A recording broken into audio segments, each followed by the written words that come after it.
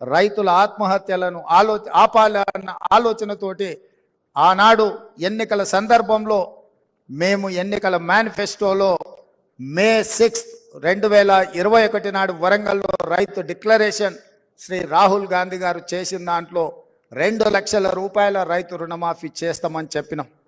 ఈరోజు గర్వంగా ఈ వేదిక మీద నుంచి చెప్పదలుచుకున్నాను, ప్రభుత్వం వచ్చిన 8 నెలల లోపే 31,000 కోట్ల రూపాయల రైతు రుణమాఫీ చేసిన ప్రభుత్వం ఈ దేశంలో ఉంది అంటే అది తెలంగాణ ప్రభుత్వం. తెలంగాణ ప్రభుత్వం చిత్తశుద్ధితోని రైతులకు వ్యవసాయాన్ని లాభసాటిగా చేయడమే కాకుండా రైతుల యొక్క ఆత్మహత్యలను ఆపాలన్న ఆలోచనతోటి ఈరోజు మా ప్రభుత్వం ముందుకు వెళ్తుంది. ఈరోజు బ్రహ్మకుమారి కూడా రైతుల యొక్క ఆత్మహత్య ఆపాలన్న ఆలోచన కార్యాచరణ తీసుకోవడం మా ప్రభుత్వానికి సంతోషం.